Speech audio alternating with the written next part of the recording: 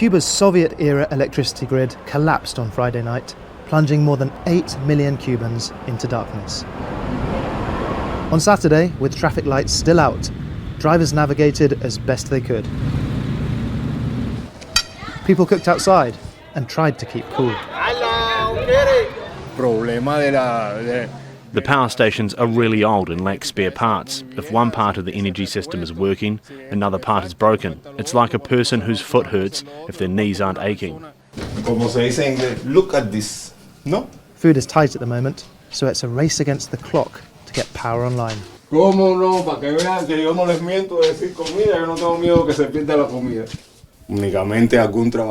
Nobody knows when the light's going to come back, and if they get the system back on, it could collapse 10 minutes later.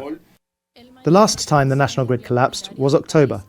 Authorities couldn't get the grid up and running until 4 days later.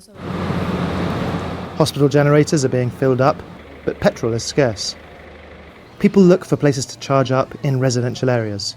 Most are calm, but some are distraught. I couldn't sleep last night because of the heat. My daughter was crying. I was with her until 3 a.m. last night in the street, trying to walk around where it was cooler to put her to sleep.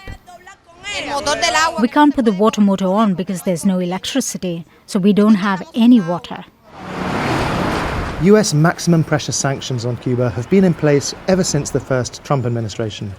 They starve the island of the hard currency it needs to maintain its decrepit infrastructure. In January, the outgoing Biden administration agreed to loosen sanctions on the island. In exchange, the Communist Party released more than 500 prisoners, many jailed for protesting. But the new US administration has torn that deal to pieces. President Trump put the island back on the state sponsors of terrorism list on his very first day back in office. Secretary of State Marco Rubio, a Cuban American, says the ruling Communist Party is an enemy of humanity. He's banned Americans from staying in hotels linked to the Cuban military, like this one that opened this month. The Trump administration's initial approach to Cuba is to let the Cuban American hardline community handle Cuba policy. And this is significantly different than how the United States approaches other countries. You don't see Russian Americans handling the war in Ukraine. You don't see Chinese Americans handling trade policy towards Beijing. It's only Cuba that has this unique approach. Power started flickering back in some parts of the country on Saturday evening. But most of the country has been living with daily power outages for 5 years now. And islanders are braced for many more to come.